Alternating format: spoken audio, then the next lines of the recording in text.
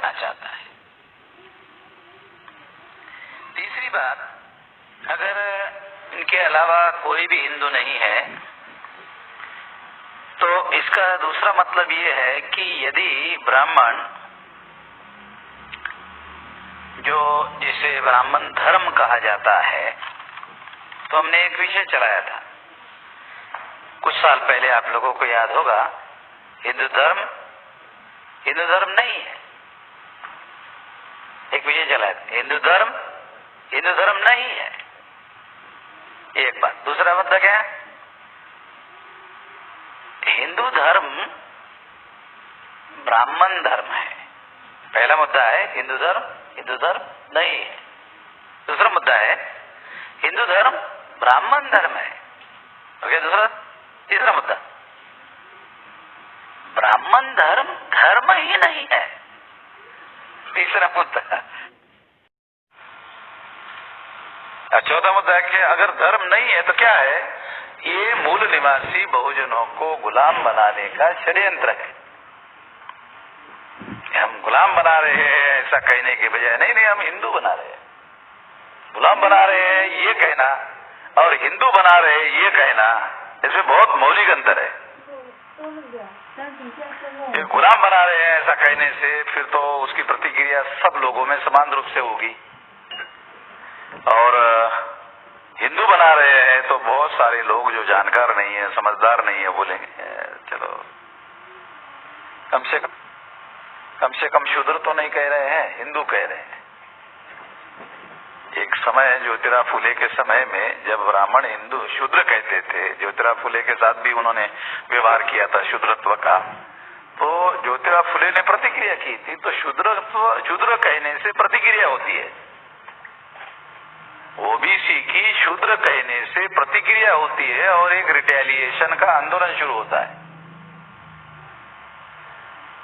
तो जैसे ही शूद्रों को ब्राह्मणों ने रणनीति बनाकर हिंदू कहना शुरू कर दिया तो प्रतिक्रिया बंद हो गई। ये अदर बैकवर्ड क्लासेस के लिए बहुत ज्यादा खतरनाक बात थी। वो बात नहीं समझ पाए और अभी वो बातें सामने आ रही है। तो ये असल में गुलाम बनाने का षड्यंत्र है। और आगे वाला जो मुद्दा है कि ये जबरदस्ती कर रहे हैं। हम तो स्वीकार नहीं करना चाहते, तो वो जबरदस्ती कर रहे हैं। आदिवासियों पर भी कर रहे हैं, शेड्यूल कास्ट के ऊपर भी कर रहे हैं, बैकवर्ड क्लास के लोगों के ऊपर भी कर रहे हैं, जबरदस्ती कर रहे हैं। दूसरा साइड और एक अभ्यास करने का विषय है जो आज के तारीख में चल रहा है, उसमें दो चीजें बहुत महत्वपूर्ण है। नंबर एक, ब्राह्मण मुसलमानों पर जबरदस्ती इस्लाम थोप रहे, आरोप करा रहे। एक बात, क्रिश्चियनों पर कर रहे हैं,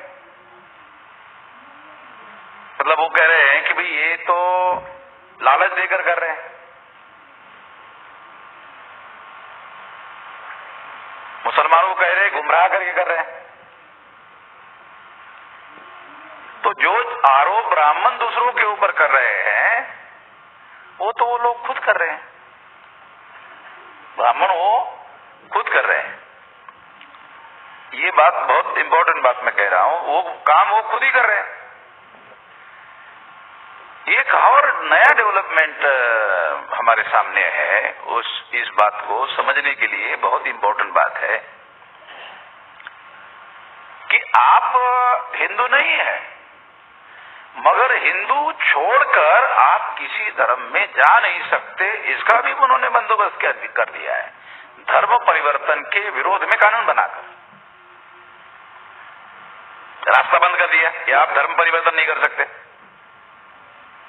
तो एक ही रास्ता कि आपको हमने गुलाम बनाया, उसी में रहना है। आपको आजाद होने के जो रास्ते हैं वो भी बंद कर दिए। ये चीजें आदिवासियों के भाषण में नहीं आई है, जो करंट डेवलपमेंट है। नरेंद्र मोदी ने कानून बनाया, उसका नाम रखा धर्म स्वतंत्रता का अधिकार। धर्मांतर करने पर पाबंदी लगाने का है। टाइटल है धर्म स्वतंत्रता का अधिकार। किसानों के विरोध में कानून पास किया, उसका नाम किसानों को एम्पावर करने का कानून है, किसानों को उनका 2 गुना 3 गुना इनकम बढ़ाने का कानून है।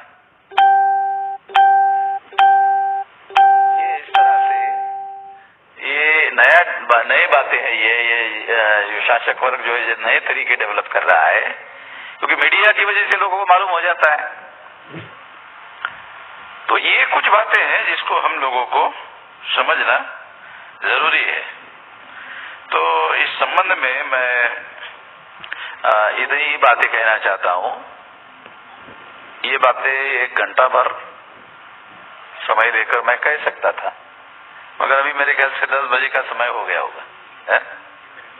हाँ, तो हो ही गया है, 3 मिनट बाकी बोले तो हो ही गया है।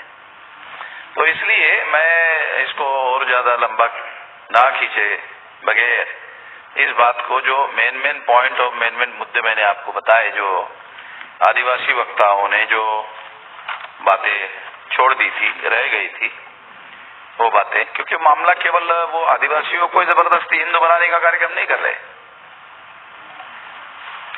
और आने वाले समय में मेरा ऐसा मानना है कि इस देश में, जैसे मैंने एक बात कही और बैकवर्ड क्लास के लोगों को सलाह दिया, तो आने वाले 10, 20, 25 साल में ये बहुत बड़ा, मतलब लोगों को ये रियलाइजेशन होगा कि ये अगर षड्यंत्र है गुलाम बनाने का, तो इसमें रहने का कोई मतलब है नहीं।